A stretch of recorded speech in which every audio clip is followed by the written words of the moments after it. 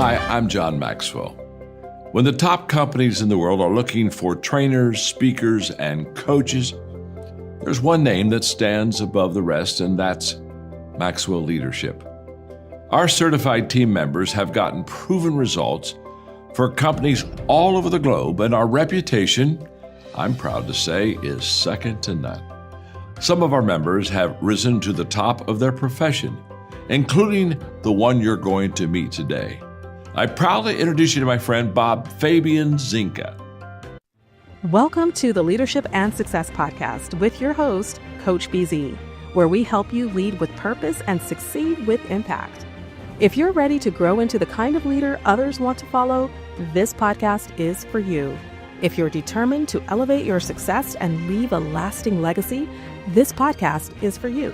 As my mentor, Dr. John C. Maxwell reminds us, everything rises and falls on leadership.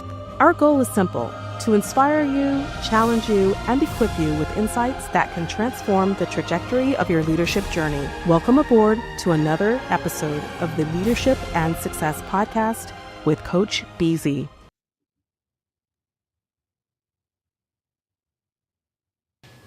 Are you about to go out on an interview, but you're racked with nerves? Have no fear, help is here. Many years ago, it was an embarrassment to the salesmen that I had an inherent knack for corporate sales. And so I won the bonuses and all the awards. And given the industry I was in and the time that it was, I was motivated, shall we say, to go find a new job year after year. And I quickly noticed that interviewing follows the sales cycle 100%. No doubt about it. So fast forward to my entrepreneurship, community service was always part of the business plan. And I chose to help groups of job seekers year after year understand how to implement sales techniques into their interviewing style. And year after year, I received wonderful handwritten notes saying, thank you, due to the sales techniques you taught us, I was able to land the job that I desired. Made me feel great.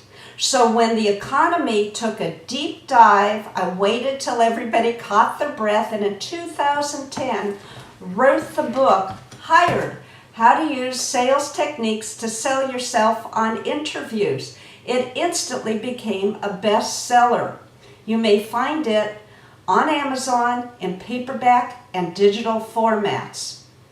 In the meantime, I wrote this book as if I were having a cup of coffee with you in my kitchen. I told you my own horror stories, what worked well,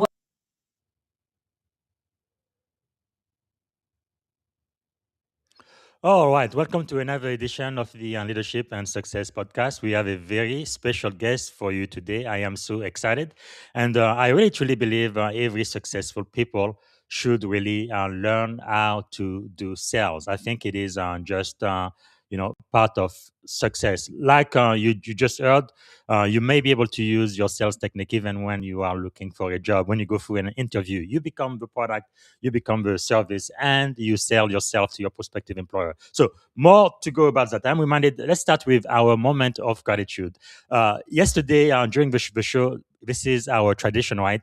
I really couldn't be grateful yesterday because there was a great fear that America was going to turn into a terrorist state and become a country that commits war crimes and start a genocide in the Middle East. And thank God that didn't happen. So today I am so grateful. I am so grateful that we didn't do that, and we are respecting international laws, that we are a country with core values of honor, human rights, right, and the fair treatment of all. And I think that is important. That's our nature.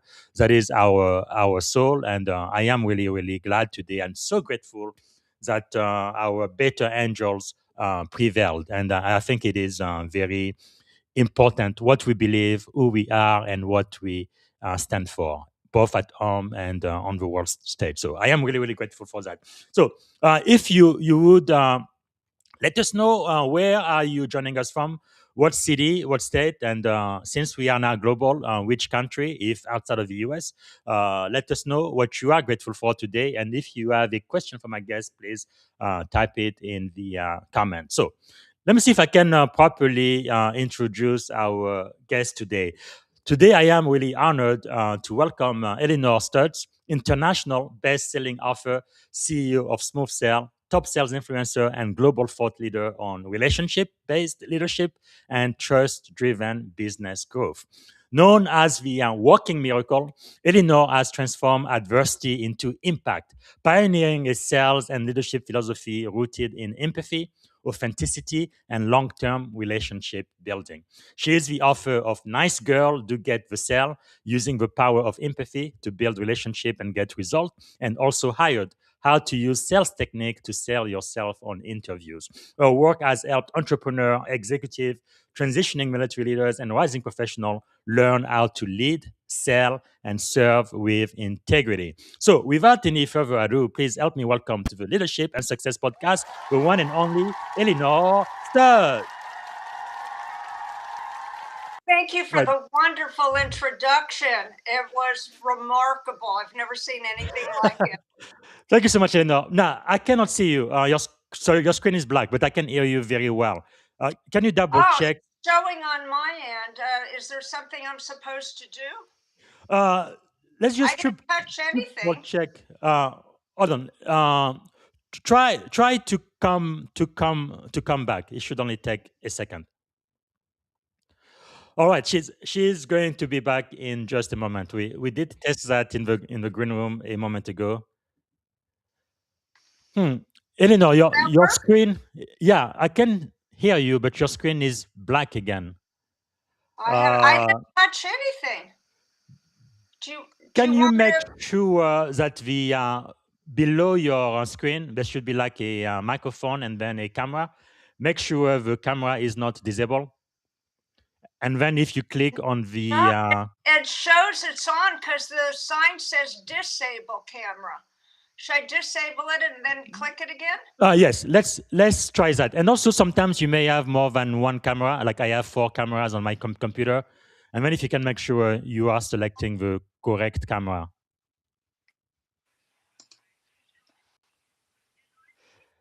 This almost never happens, but I definitely want my audience to see you. Just view camera. Okay, there is only one camera. Oh, here, now let me do it. Okay, I clicked it again. I don't know what happened.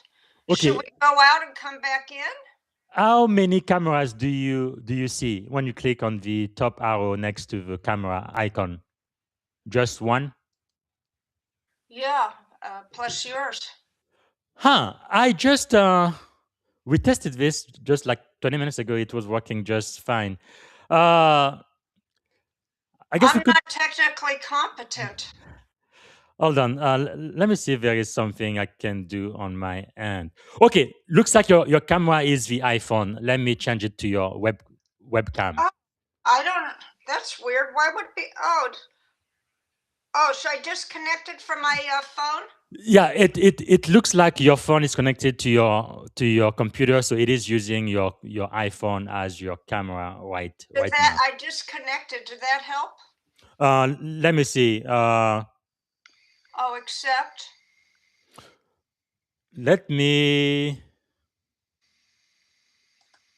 Okay, here we go. Yay! You are back. Now I can see you. Thank you. All right, I am going to edit this before I put it on all of the podcast platforms. So this is going to remind me to do that. Perfect. Okay. All right.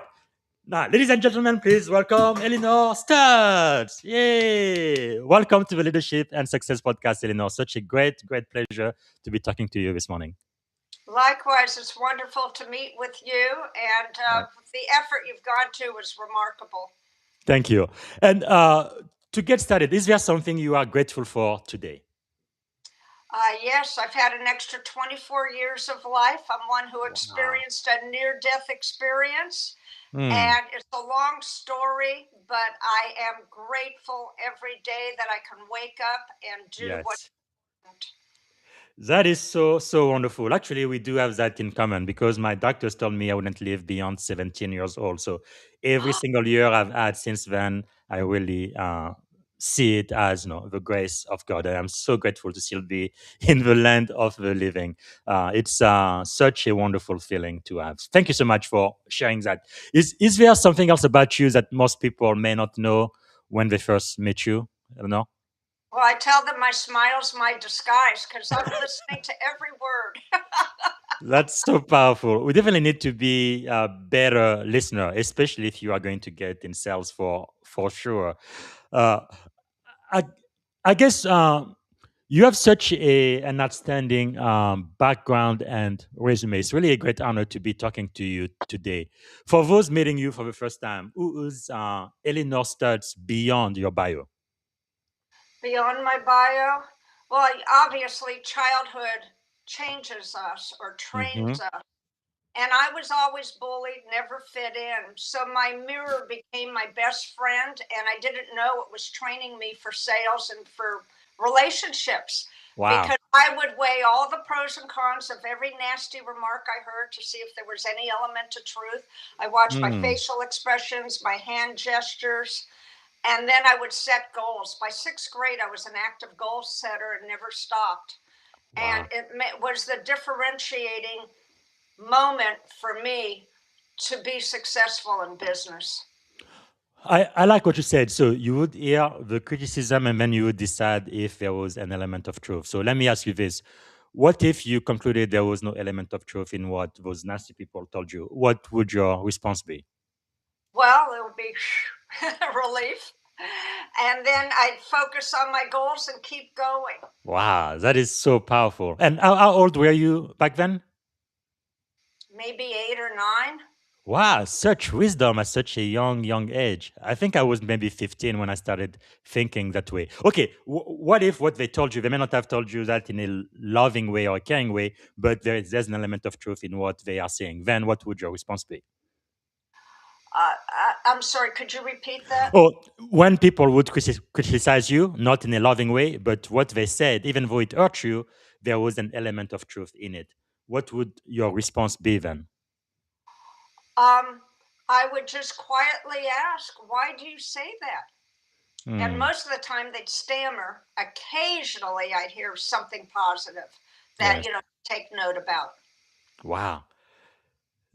That is wow. That is really impressive. At 8 years old, being able to think like that. Where do you think you got that wisdom or that instinct from? You I think? definitely have my father's genetics, and Wow. every night at the dinner table from a very young age, he would talk about athletic games, all Hmm. different types, and tell a short story about how this team was way behind, and in the last few minutes, Wow. suddenly they got smart, strategic, and won. And Wow. his message always never give up, Mm. and it was just embedded in me. That is so powerful. Thank you for sharing that. Wow, that's really insightful.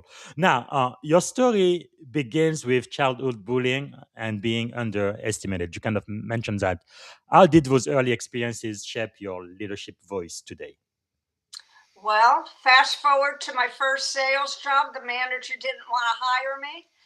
And this is funny. He said, "If only I knew somebody that knows you, would I hire you?" What are the chances Hmm. of that? So we were friends with another couple, had them over on Saturday night. They loved my stories. They thought they were funny. So I told him that one. I didn't find them funny at all. Anyways, I told him that one, and the gentleman almost fell off his chair laughing. He said, "You're not going to believe this. That guy once worked for my dad." Wow, So that's I called the guy on Monday morning, and I said, "Do you remember telling me XYZ?" He said, "Yes." Mhm. I said, "Well, does this name ring a bell?" And then I quickly added, "Should I come to work next Monday at 8 9 p.m.?" He had Wow, nowhere to go. that is quite amazing. What did that experience teach you? I'm sorry. What did that experience teach you? What did you learn from it? Oh, was that Well, I always used questions. I always felt I never knew enough because everybody was continually calling me stupid. So Mm. questions were my number one strategy. And Wow. he hired me, but then he said, we're not going to train you. You're just a stupid female. You're going to fail, be a waste of company money. What? So it gave me a green light to do things my way. I said, great. Wow. I went out. It was the old days of cold calling territories, and I made friends with everybody I encountered at each company. And by the fourth Man. month, I was the top producer, not knowing anything about what I was selling. Wow. That is They all called me a breath of fresh air. that is really exciting. A couple of questions come to mind. First, why do you think people were so mean to you? Where would they bully you, you think? Was it maybe something they were intimidated by because of your superpower, or just the way you carried yourself, or what? Oh, people would be in those days outside the company smoking, and I go up and say hello, ask them who I should speak to. I went in, saw the receptionist, asked Hmm. how they liked working there, and I told them why I was there. And they said, "Oh, just a minute, I'll get somebody to walk you down to the executive office," because Wow. nobody would ever talk to them. They couldn't get Mm. over it. And then I didn't know what to say, so I asked the person when I sat down how they liked their job, and working there, and just Hmm. start asking all kinds of personal related questions, and Wow. they just bought in. Wow, that is quite amazing. And the follow-on question is, when people would say these nasty things, mean things to you, why do you? Because you were very resilient. Basically, you would see pass through it and still focus on your goal and move forward. What I found kind of insightful in life is sometimes people go through very similar situation. One person would just fall apart and just give up, and somebody else like you would still keep moving forward and keep your mind positive even though you face a lot of challenges and negativity. Where do you think that came from? Just your mindset and the internal strength and fortitude you had to keep going, no matter what. Well, two components: all the bullying that got me past, and the stories about never give up. How Mm. you can succeed no matter what's going on. And I would mentally say to myself, per the other person, just watch me. Wow. So you would still hear the voice of your father telling you, yes, you can Yeah. do it. Wow. That is so, so powerful. Thank you for sharing that. Because you have said that adversity can become our greatest gift. When did that mindset really shift occur for you? It took decades, in all honesty, but looking back over time, as I became a blogger and started writing a lot, I began to put all the pieces together and realized all that adversity taught me a lot. Wow. And I came quite a ways from the days where I didn't fit in. That is really, really amazing. So inspirational. So, what lessons from your early life still guide you today? How you lead, how you sell, and how you serve? First of all, always have a vision for what you want to accomplish. Obviously, through Mm, life, that vision's going to change, but you need to keep it in your head daily. Remind yes. yourself each night, and always set goals. In fact, I created a goal setting system long ago where Wow. you have that vision, but then you set a yearly goal, and January 1, if not Mm, before, what you're going to accomplish the end of the year related to that vision, and then wow. work backwards, monthly, weekly, daily, Mm, and check everything that's on that list each morning, and have a set list of must do's, and then what yes. will work extra to achieve those goals. And it Wow. saves a lot of wasted time. You are just so focused. That's really amazing. And who were some of your mentors, thought leaders, or teachers who kind of showed you how to do that? Well, nobody showed me how to do that. I showed myself. Wow. And in seventh grade, there was a teacher who made a statement that I'll never forget. It was survival of the fittest. That was seventh grade, and I kept it in mind always. So you were And like about 11, 12 years old back then. yeah, That's amazing. Man, you are the wisest little child I've ever met.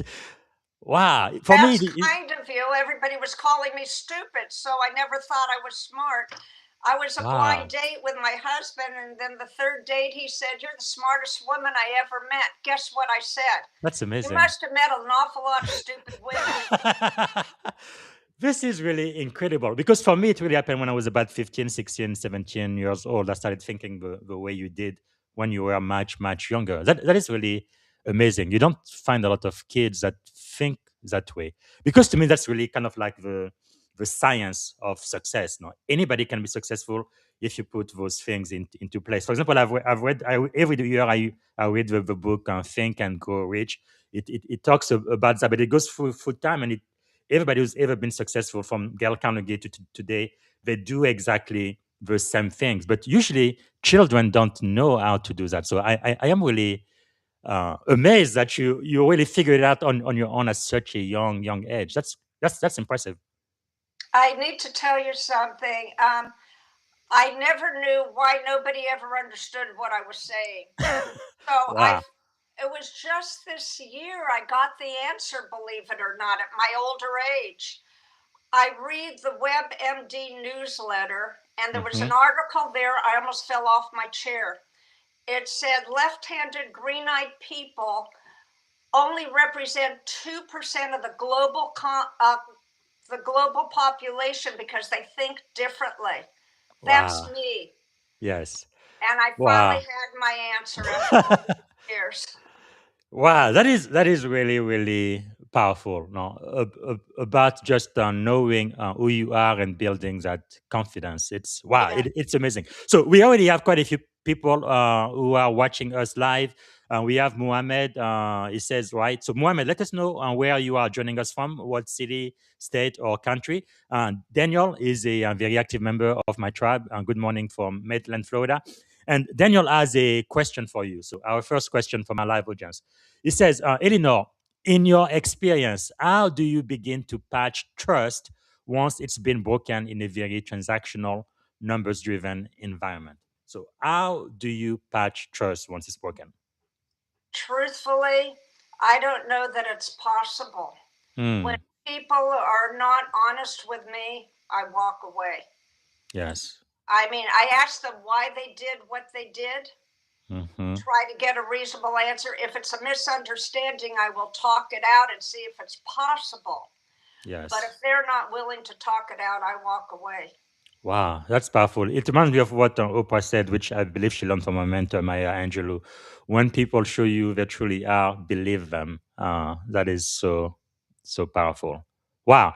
So, for those listening right now, how can they do like you, transform pain into purpose rather than paralysis?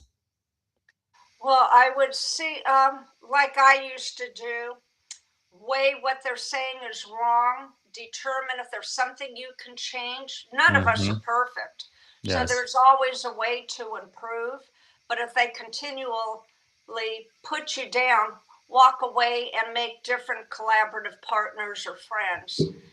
And Mm.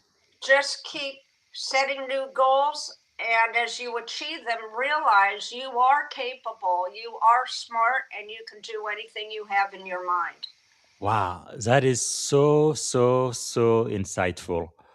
So let's talk about sales, which again, I believe everybody, even if that's not your profession, should really be good at selling. It's going to help you no matter what you do. So you did intersell at a time when women face significant bias, right? Definitely a lot of discrimination against women. It seems like most men felt like you guys didn't belong in the workplace back then. What resistance did you encounter early on, and how did you respond to it? It was nastiness in the corporate sales environment, and I was always alone. But when we had meetings, my insights were never requested or wanted. Hmm. But whenever there was an opportunity, the main sales question, I have a friend in England who uses the same question: why? and it puts people on their heels. They can't Yes. explain it and they know they're being prejudiced. Mm. Why? And then if they do attempt to answer, ask why again or ask deeper questions and be Wow. relentless until they change their mind. Wow, that is powerful. I think I learned that from my mother because, to be honest, this world wasn't created for women, and uh, it was just. I think she's probably the first feminist I have ever known. She's like, "No, I am going to make room for me at the top, and nothing is going to stop me." And I really love that determination. I think I got that from my mom. It's wow, that is really powerful. So you were once told you wouldn't even be trained, yet you became top producer. Wow. What fueled that determination, you think? What made me successful And is that, determined to succeed. like I said, I made friends with everybody I encountered. And then Mm, when I had conversations with prospects, not knowing what to say in the first job, I'd ask about their experiences and what they wish would work better at work and how they're handling it. wow. And they were so surprised that I wanted to know about them. I was Mm-hmm. called a breath of fresh air. And as I became more knowledgeable about sales, the same treatment prevailed, Yes. but I knew precisely what would work, and I always did the same. It was simple. It isn't any fancy sales technique. It's getting to know the person that you hope to Mm, sell to. Oh, and I have a story to share. yes. A few years later, I was at a business conference, and I was telling people what happened at that uh, first job. Out of the corner of my eye, I could hear somebody turn. Well, I could hear people talking. I turned around and I saw somebody beat red. And Mm, then suddenly he got up out of his chair and went into the building. So after my conversation finished, I went over to that table and I said, I couldn't help but notice this guy. Was he listening to my conversation? Because he seemed really upset. He said, Elinor, you were selling an unknown brand of copier against wow. his well known brand, most admired. He was Mm-hmm. the director of the sales team you were selling against, and nobody could make a sale, and he got fired. Wow, that is incredible. I think you call that relationship first sales methodology.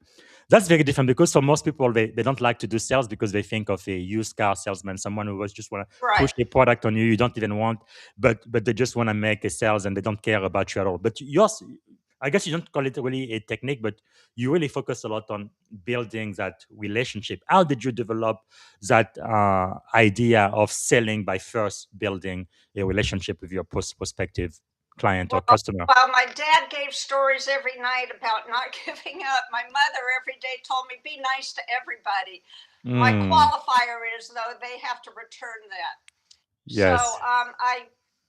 I just automatically tried to be nice to everybody I encountered. Didn't always work out, Mm. but with those that did, things blossomed, especially in business. Wow, because I think it really goes beyond sales because relationship selling, I think, very very different from transactional selling, and even today, even in politics and many other areas of life, some people are just transactional. They don't really want to build a relationship. They just want to make money or focus on what's in it for me, which is very different than what you are doing. So, what differentiates that? Focusing on relationship or simply being transactional? Okay, one differentiator for me was when I did get a sale, if it was a big one and the person was obviously nearby, I would take them out for lunch to thank them. And then we'd have Wow, a personal conversation. that's And amazing. then I got repeat business for the long Yes. term until my job ended. And Wow. for those who Well, live far away, I would buy a fancy food basket for them to share with their staff. get out of here. Nobody does that. No, nobody. Wow. I was the only one. And so the definition of smooth sale is to earn a Yes. returning and referring clientele. That is amazing. No, my wife and I, we've bought quite a few homes in Alabama and California. I must tell you, the first real estate agent who actually sent us it was not too expensive, but a gift from Amazon delivered to us like 2 or 3 days after closing. Nobody has ever done that for us before. She was the one who helped us close the next 3 houses we bought, because again, nobody has ever done that. He really touched us. We're like, we're not gonna work with anybody else. All of the commission they're gonna go to, even if she's in another state now. It doesn't matter. You're gonna help us close on this house. And I'm sure my daughter's what, 22, 23 years old now. Whenever she's ready to buy her house, I'm gonna send her to this woman too. But it's Yeah, just amazing how something so it doesn't have to be expensive, but it's meaningful, right? It could really make a huge difference, can't it? absolutely. People remember you. Wow, that is really amazing. So, for the leaders who are listening right now, how can they build trust quickly, especially in high pressure environments? Well, first you ask what's on your mind. Why did you want to talk? And take the time, listen carefully. Hmm. Truthfully, you're not going to understand everything. So you need to ask questions about what they said, not just rush into what you want to say. And take Yes. the time to understand them. People are amazed that you take the time to understand them first. And then what happens is once you do understand, you know exactly how to position what it is you have to sell that will most Mm. likely increase attention. Wow, that is really powerful. Now, if you are open to it, you kind of mentioned that in the intro, and I said you were a walking miracle. It's about the near death experience you had. I think that's probably one of the sources of your purpose today and in everything you do and how you touch and bless the world. So, as a walking miracle, can you share what happened and how it changed your life? You willing to do that? Yes, well, very briefly, a gold light encased my entire body. The brilliance of the gold was beyond belief. Hmm. And then magically, somehow, I was on a gurney waiting a vision. And a first vision came up and showed I was to become a speaker. And in my mind, I said, yes, that's what I always wanted to do. Hmm. And I saw a blink of a gold light. That vision faded, and a second vision came up. It was my life report card. On the left hand side, I had high life marks, but the right hand side was Hmm. deeply embarrassing. It was entitled Community Service, and it was completely blank. So, Hmm. in the moment, I promised to begin giving back to communities any way I might. Being the Wow. salesperson, I added, but to give my best, I have to be able to walk out of this hospital on my own. I saw Hmm. another blink of a gold light, and it dissipated. My family was in consulting, and they were deep sobs. They come over to me just as that vision disappears and the gold light disappears. And I said to them, go home, get a good night's sleep. I'm going to be fine. They probably Yes. thought I was delirious. The next morning, Wow. I'm heavily medicated, have a minute to meet with a surgeon, and I expect words of encouragement. Instead, he says, Mrs. Stutz, when you wake up, most likely you'll be paralyzed. And What? I knew from his words, he didn't expect me to survive. So I Hmm. shot back, Doctor, when I wake up, I fully expect to be well, given what happened, the Wow. night before. He jumped backwards before cutting me open. And then Hmm. 4 hours after surgery, he said, there's no rhyme or reason for what happened, but in 4 days, you will walk out of this hospital. Wow. And then the entire staff came to visit me, calling me a walking miracle. It took me years, actually over a decade, to Man. figure out everything that happened. There's much more to the story. Yes. And it's shared in the latest book, Mission Hope. Every heart holds a miracle. Yes. And the Wow. entire story's there. It's more stunning things happened Hmm. afterward. That is really inspirational. Wow. That's incredible. Thank you. Never give up. Because yeah, but it looks like it's really everything you've learned from your mom, from your dad, being nice to people, never giving up, keeping that positive mindset. Because for most people, especially when somebody says, I am a doctor, I went to medical school for like 6 years, I have all of the degrees, and I'm telling you, you are going to be paralyzed. Like, no, that's not true. I am actually going to be well. Where do you think that conviction, that that resilience came from? That's Well, awesome. the experience of being in corporate sales, no doubt. Wow. And That's all the amazing. bullying I grew up with. And Yes. then afterwards, someone who I thought was my good friend said I had no right to speak to the doctor that way. And I'm Mm, thinking, she has no right to be my friend any longer. It's what saved my yes. life. Yes. Wow. That is amazing. Man, Yeah. I feel like for the leaders who are listening to us now, many people they do have defining moments that kind of reshape their mission. Was this your moment?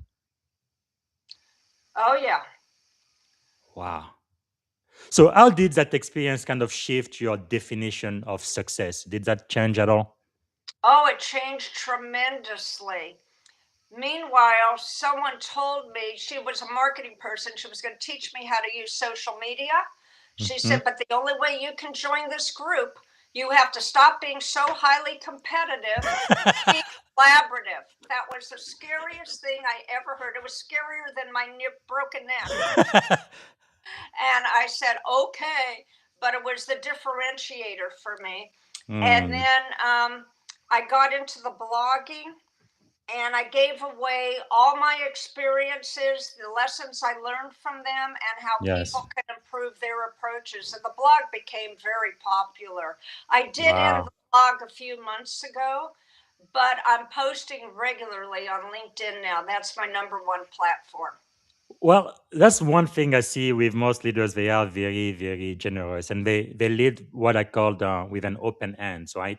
But even like in the Navy, especially as you are a junior officer, you tend to compete against your peers, which it makes sense. Not everybody's going to get promoted; only the best will. But I really I've learned that you get better by sharing, not by hiding. So for some people, it's like, no, this gives me competitive advantage. I know something that you do not know, so I'm not going to share it. I'm going to keep it to myself. But to me, the more you share, the better you are, and it's kind of like having a wave that raises all boats. Meaning, it's not to your disadvantage to actually share what you know. It actually, in the long term, is going to come back around and help you. Is that the way you feel about collaboration? Yes. Well, I tell people, if you're working alone, you have one road of possibility. You have three people, you multiply 3 times 2 times 1, you have six Mm. possibilities. Now imagine helping 1,000 people or more. Yes, I mean, you can't count that high. yes, yes. Wow. But I wanted to tell you that afterwards, I was introduced to Les Brown. He heard about my Yeah, story, and he trained he is me my how to mentor. deliver inspirational Yes. talks. And every single time he taught me open with a question, it Mhm. caught the audience's attention. And by the end, the applause was thunderous. It was Wow. incredible. Yeah, I love Les Brown. He's one of my mentors. He's the one who taught me to always reach for the moon. He says that if you don't reach it, maybe you're gonna reach the stars, or at least right the ceiling of or the roof of your building. But if you don't have a goal, you're definitely not gonna end where you want to be, and that is such a powerful wisdom. That is really quite amazing. So you do speak often about service, community impact. Why is that so central to your leadership philosophy today? What was the one word? Service and community impact. Why is that important to you today? Well, again, it goes to the exponential factor. But Mm, when people read your writing or hear you speak, however you may be doing it, they talk about you, whether it's gossip or really yes. meant to be good. And the word spreads. That's Mm, branding. That's marketing. I always said I was never a marketing person, but when word began to spread, yes. it was like Wow. magic. That is really, really amazing. So, what would you say to leaders listening right now who are chasing success, but they don't feel fulfilled? All right, take time to figure out your communication skills, how you may need to improve the approach. And you mentioned Dale Carnegie up front. Hmm. When I was refused training, I took his public speaking class. Wow. The first day, I was scared to death to announce my name. By the middle, I was sharing stories. That was the theme of the class, share your Yes. stories. And people were laughing. I didn't know if they were laughing at me for putting up what was going on in corporate or they genuinely liked it. I got the answer Hmm. the last night, not to brag, but I was the grand prize winner. Wow. And it was sharing those stories that was the differentiator among everybody I met. That's really powerful. Why is storytelling so important? And I think for the great salespeople, they are really, really good at telling stories. Why is that so critical? Well, it reveals who you really are underneath your title and everything else. It's the Yes. genuineness that makes the difference. And Wow. that's what people relate to. That is really amazing. You do have a website as well, Smooth Sell. I think you've really built a Well, movement I have to around admit that. I stopped it. It'll be up for a month or two and then it'll come Okay. down. I haven't been adding any blogs to it. I'm just Well, using LinkedIn. definitely a movement around trust and referrals. What does earning, returning, and referring clientele really mean? What does journaling do? No, earning, returning, and referring Oh, I'm sorry. clientele. Because all of your clients, right, they come back for more, and then they refer their friends and everybody they know. Well, that if you're a salesperson, that helps you grow what you can do and earn the prizes that are awarded to you. And if you're an entrepreneur, you get additional business and the Mm, referrals help tremendously. That helps the exponential component. And if again, you attract a lot of interest, it's yes. critical for continuing to be in business. The reason I stay, and I want this as a word of advice of experience, you can tell I'm an older female or an older person. A lot of the conversations are pretty boring and mind numbing. So staying active online keeps my brain active. Wow. It looks like everything you are teaching really is based on trust. Because you've even said that trust really is the soul of sales. I've never heard it quite put that way before. How do leaders operationalize trust? In my opinion, they don't. I stood out that way, and that's why everybody Mm. called me a breath of fresh air. So, how did you do it? Just by being myself, admitting when I didn't know something, Hmm. asking for a better definition of what they were saying, and Yes. for their goals, etc. It just all built trust. They Wow. That said they is. never met a salesperson like me before. That is amazing. Okay, what about the introvert? I sometimes get that I am not an extrovert like you. I don't like speaking to people, or maybe I'm just a technical professional or whatever. How do you get them to succeed in a relationship based selling? I am a The geek or introvert. introverts, Yes. you're not going to believe this because I had no friends. I was an introvert. Wow. And I was just stepping up to ask those questions, what is the meaning? And I'll give you an example of how it blossomed. When I was about 8, I had no friends, and so I decided to play with a bug to see more closely what that life was like. And my mother Hmm. comes running out. What are you doing? You can't play with bugs. I said, why? She said, what do you mean why? You're supposed to understand. I said, if I don't understand why, I'll continue. But if you give me understanding of Wow. it, I'll know not to do it. And, she was shocked. Later, I was Yes. 10 years old, talked into selling Girl Scout cookies. I'm on the first client's porch, and she says, oh, honey, I can't buy cookies. The doctor told me I can't eat sugar. And she Hmm. closes the door, and I stand there. I didn't know if my question would insult her or not. But she finally opens the door, and she said, do you have a question? I said, yes, I'm just kind of curious. Do you have nieces, nephews, grandchildren? She said, yes, why? I said, don't you think they might visit more often if you had sweets in your pantry for them? So she said, oh my God, she's good to my mother. And she bought Yes. 10 boxes. Wow, that is amazing. I really like when you go back to asking the question why, because it really makes people think. But I guess when you ask that, you have to pause, right? And just let people be comfortable or uncomfortable with the question and come up with the reason behind their thinking, don't you? Absolutely. And on the other hand, it shows you're willing to demonstrate that you don't have all the answers. You need Yes. help knowing the answers. Man, it And only that builds trust. yes, and because you're really leading with humility, you don't pretend to know things that you don't know. That is Right. so powerful. Wow. Okay, we only have about 15 minutes. I'm having such a great time speaking to you. We're gonna be talking about your book. This one, nice girls do get the sale, relationship building that gets result. But before we do, I think I have another question from the audience. Good morning from Glen, Eastern North Carolina. And Glenn says selling is important. You need to be able to advocate for your team. That is so true. And Daniel comes back says, love how you tied trust repair to the choice to walk away. All right. And we have someone else, Lindsay Murphy. She is so wise. Love this convo. All right. Lots of love and admiration from the live crowd. Elinor, you are known as a walking miracle, and in emergency management, we'd call that the red zone. Okay, okay. And Lindsay gives you lots of heart and high fives. Okay.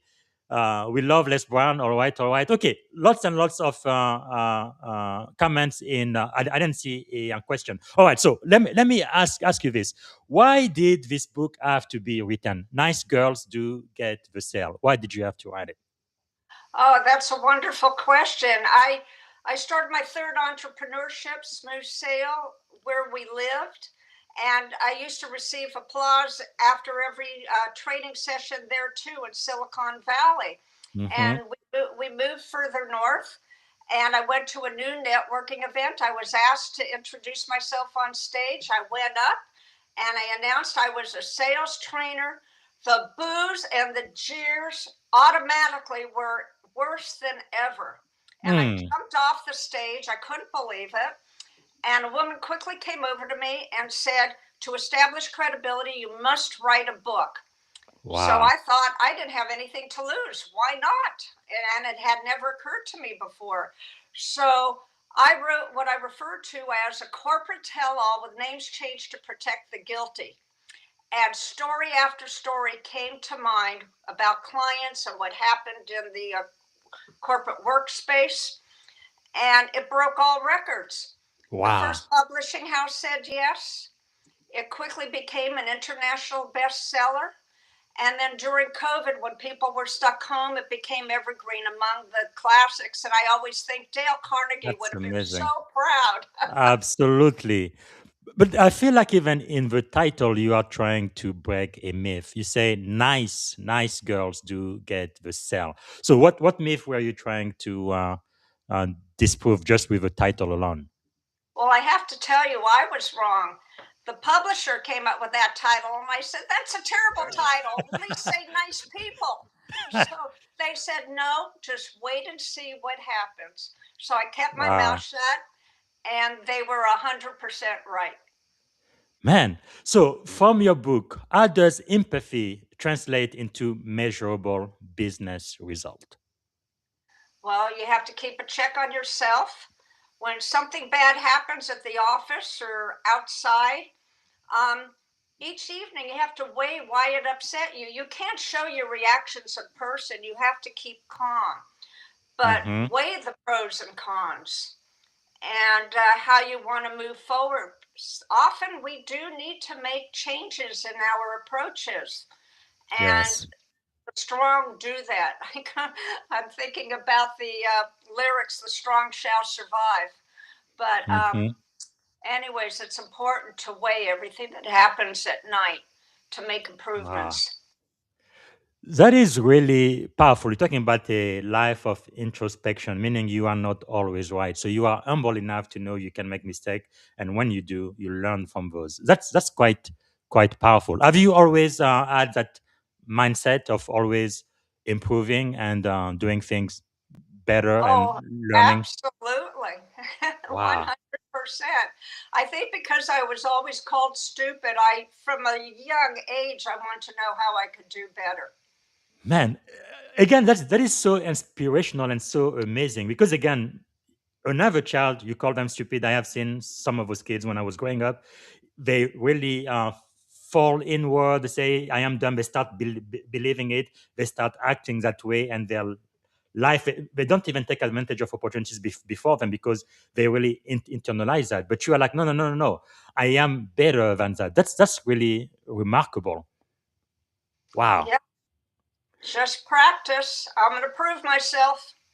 Man, that is quite inspirational, and especially again, being a woman in a world I believe that was really meant for a man. It really reminds me of my mother. She's like, no, no, no, I am going to get my rightful place, and nobody is going to be able to stop it. And that's really uh, so I guess that's partly what drives me too when I think about those who came before me and all of the challenges they were able to overcome. I'm like, if my mom could do it, there is no way me being her son I can't do the same. Now I have to find a way through it.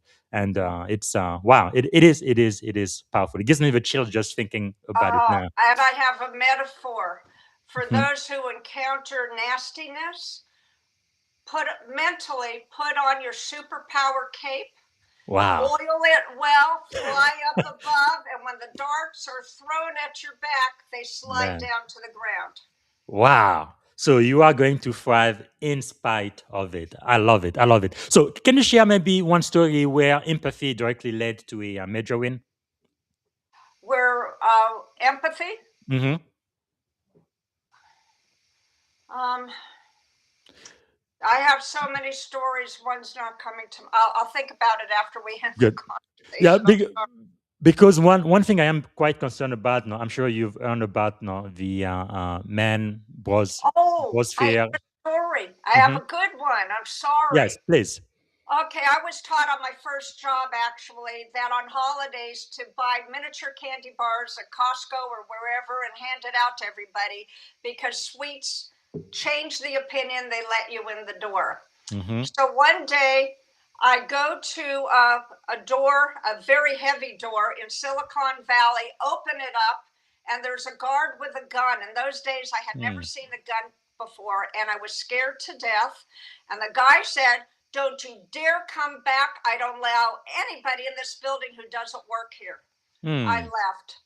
Halloween was coming up, and I had the candy bars. So, and it was a new job. I couldn't tell them I was scared to go back. I had to. And I thought it would be the last day of my life, actually. That's how scared I was. I Wow. grabbed a candy bar and I went to this brass door and with all my might pulled it open and I wound my arm up like I was going to pitch a baseball and I threw the candy bar at him and I yelled, "Happy Halloween!" I didn't get shot, obviously. Yes. Tears started coming down his face. And I Wow. walked up to him and I heard him mutter, "Nobody ever gave me anything before." He said, "I bet That's you want the amazing. directory of everybody in this company." I shook my head up and down. He said, "Here's my black Wow. book. Don't tell anybody. Go in the ladies' room, take all the names you want, but give me back the book." I said, "You've got it." And then That's when I did go amazing. in for appointments, they said, "It's amazing. We haven't seen anybody in years since that guard's been here. How'd you get in?" Wow. That is amazing. What gave you the courage to do that, you think? Well, because I didn't want to be fired. We had small kids. That was a good Wow. part of it. That is amazing. Amazing. Wow. Okay. Looks like we only have about 5 minutes left. I wanted to talk at least a little bit about the other book, Hired: How to Use Sales, because I think, especially right now with the way the economy is going, I think we need to talk about this at least briefly. How to use sales technique to sell yourself to interviews. Uh, Again, why did you feel like this book needed to be written? It was at a time when jobs were hard to get, and I Hmm. had a knack for getting hired. And but when salespeople go on interviews, they're asked stupid questions up front. Yes. And one lady asked me, "If you could be any animal, which one could it be?" So I just started laughing. We took, when my husband worked for an airline, a safari in Africa on the Serengeti Plains. And we Mhm. saw these gorgeous giraffe running on the plains with their fur shining in the light. They were Yeah. beautiful, graceful. And I said, and besides all of that, people complain that salespeople go after low hanging fruit. If I were a Mhm. giraffe, I could get the fruit off the top of the tree. And she said, "You're hired." Wow, that is amazing. So, how is interviewing similar to a sales conversation? Well, you're trying to prove that you're the right person, but it isn't through proof. It's through conversation, understanding what they're seeking and how you may contribute to the benefit of their team and the company Yes. overall. So you have to ask questions as you must receive so many resumes. What is it about mine that stood out? And Mm, then you know what to focus on. that is really, really powerful. What mistakes do you think most candidates make when selling themselves during the interview? Oh, well, they just go on bragging about all their accomplishments. It's not Mm, about them. It's about how you're going to assist the business and help it grow. yes, That's yes. what people don't understand. Wow. So, like back then, today it's a very competitive job market now. I see it's getting a little bit better, at least better than last year. But what are your top strategies, no, based on your book, for standing out in a competitive job market? Well, first of all, people have to become knowledgeable about AI, Yes. cybersecurity, and all of that. And so if I were a candidate, I would up front ask them how they're implementing AI and cybersecurity and preventing Mm-hmm. cybercrime, and are they going to use robotics? I'd ask all those questions as soon as I possibly could so I know Yes. what to store. And then how Wow. do they see it affecting the job that's open right now? That is really amazing. I think the last question I'm going to ask again, because we're running out of time, but I think this is quite important, is about personal branding, because you do touch about that too. So, how should leader prepare their personal brand before interviews? And I feel like LinkedIn has a lot to do with that too. Yeah, standing out is your brand. So the fact that I was ridiculed for not fitting in, I was Mm, preparing for business unknowingly. wow. That is quite amazing. Okay, we only have a couple of minutes left. Let me ask you this. What is one of the greatest lessons you have ever learned in life, in leadership in general? When you're ridiculed, it points you to a better path. And I've Mm, learned that our worst lessons are gifts in disguise when we're willing to learn from them. wow, that is so, so insightful. Okay, is there a question I should have asked you? We didn't get a chance. I didn't have a chance to ask. I think it was a wonderful conversation and I appreciate Yes. it. I think I could be speaking to you for like another hour or two. So before we let you go, I want to ask, how can we add value back to you? Thank you so much for being one of our master teachers today. But how can we add value back to you, Eleanor? Oh, that's very kind of you. If any of the book titles appeal to you, they're available on Amazon. And Nice Mhm. Girls Do Get the Sale specifically teaches people how to speak up with questions, plus the stories that make you laugh out loud, as so many people told me.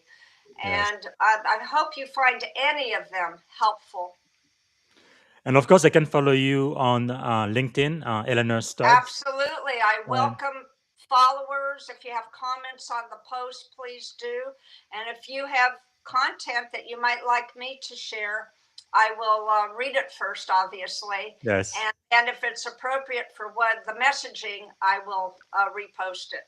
And you also have your website, which you're going to be updating soon. But smoothsale.net is where they can find all about your work, right?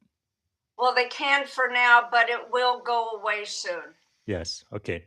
Very, very good. Well, thank you so much for your time today. I am so grateful, so honored and privileged to be speaking to you.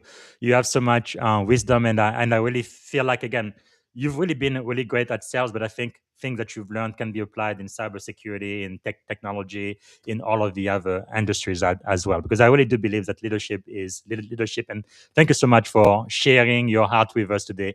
I am so honored. So I guess the last question I am going to ask you: if you could go back and ask your 17-year-old self, right? What would you tell her based on the incredible career you have had and all of the things you've been able to accomplish in spite of all of the challenges you face? What would you say to 17-year-old Eleanor? It would just be an add-on to what my dad kept telling me. Never give up, find a better way. Find a better way. Wow, that is so wise, so simple, but so deep. I love that. And to end the show, I like to end on a optimistic note. Things are going pretty crazy around there in the world, but is there one thing you are optimistic about this day or this year? um, that's a very good question. We're in challenging times right now, Hmm. shall we say. Yes. But I think people are coming out, and I hope we become more humanitarian. That's my Yes. wish for the future. Yes. Because I normally ask my guests, if you had a magic wand and you could solve any problem in the world, what is the one problem you would like to solve first thing tomorrow morning? We each have different backgrounds. Yes. Everybody can share lessons from their experiences. Yes. Therefore, it's wise to listen to every person, no matter their culture, their skin color, where they come Hmm. from. We need to learn from one another. And That is I powerful. meant to Yes. tell you that when I didn't fit in at age 16, I began traveling overseas and I never stopped. Wow. This year, I will have been to about 85 countries. That is amazing. That's why I love America so much, right? Our national motto, E pluribus unum, out of many one, that melting pot. It really makes us stronger, I think, than all of the other nations there. It's really, our diversity is our strength. Okay, we do have to end. I have more questions for you, but this has been really, really wonderful. The last question I'm going to ask you is, uh, what one word would you use to describe our shared experience on this podcast today? One word. Relationship. I love it. And I am so grateful. Elinor Stutz, international best-selling author. And thank you so much for sharing your wisdom with my audience today. I am so grateful. Thank you. It's been a privilege. This is one of the best podcasts. Thank you for having me as your guest. Thank you so much. I'm really glad we made it happen because I think we had to schedule 2 or 3 times, but I am so glad we made this happen. This has been really, really insightful. Thank you so much, Eleanor. All right. I will Bye. send you a message. Thank Thank you. you. All right, everybody. This is definitely one for the books. And thank you so much for watching. And again, I want everybody to follow Eleanor on LinkedIn. So that's linkedin.com in Elinor Stutz. And also get all of her books, but especially these 2 books we talked about today. Nice Girls Do Get the Sale and Hired. And I think no matter what you do, no matter your industry, these books can really help you. All right. And let's see. It looks like yeah, I don't see any more question in the chat. So before we end the podcast, I want to let you guys know that tomorrow I am going to have a great privilege of speaking with Master Chief Petty Officer Jamie J. McCoy. He also has a PhD in theology, U.S. Navy retired, aviation and U.S. safety innovator. He's a builder of people and a great strategist. We're going to be talking about servant leadership at scale, from sailor to strategy. You do not want to miss that. That's going to be tomorrow. So as you guys know, I always we celebrate Black History Year on the podcast because we felt like 28 days in February wasn't long enough. So just for today, actually, 2 things. One, we talked about the very African American to serve as a governor, and that was Governor Pinckney Benton Stewart Pinchback from Louisiana. I have written a post about that on LinkedIn. You can read it. But then today, on April the 8th, 1974, that was the night that Hank Aaron became history. On April 8th, 1974, it was written in the city of Atlanta because that's when he really broke the record from Babe Ruth. So I am going to play a short video about that. It's just a couple of minutes, and we are going to end the show this way, celebrating the incredible career of Hank Aaron. All right, bye for now, and I hope to see you tomorrow. Bye, thank you. 51 years ago, an all-time baseball moment occurred in Atlanta, Georgia. Let's relive that marvelous milestone in baseball history.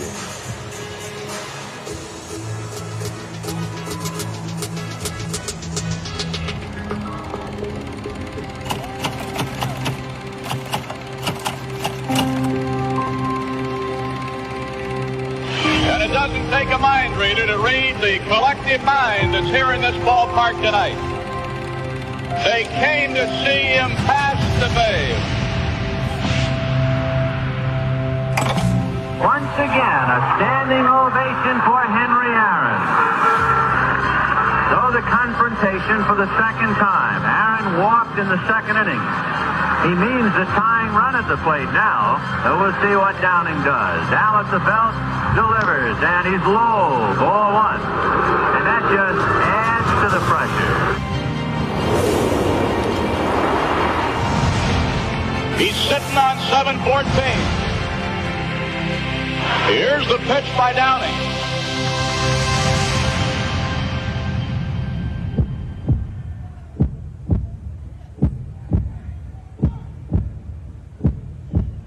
Swinging. There's a drive into left center field. That ball is going to be out of here. It's gone. It's 7-15. There's a new home run champion of all time, and it's Henry Aaron. The fireworks are going. Henry Aaron is coming around third. His teammates are at home plate, and listen to this crowd.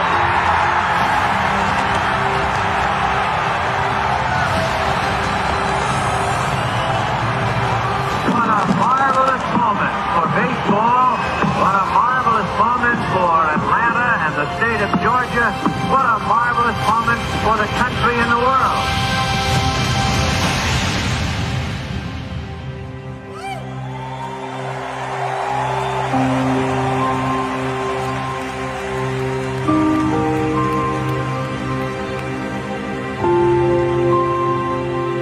I think that people can look at me and say, you know, he was a great baseball player, but he was even a greater human being.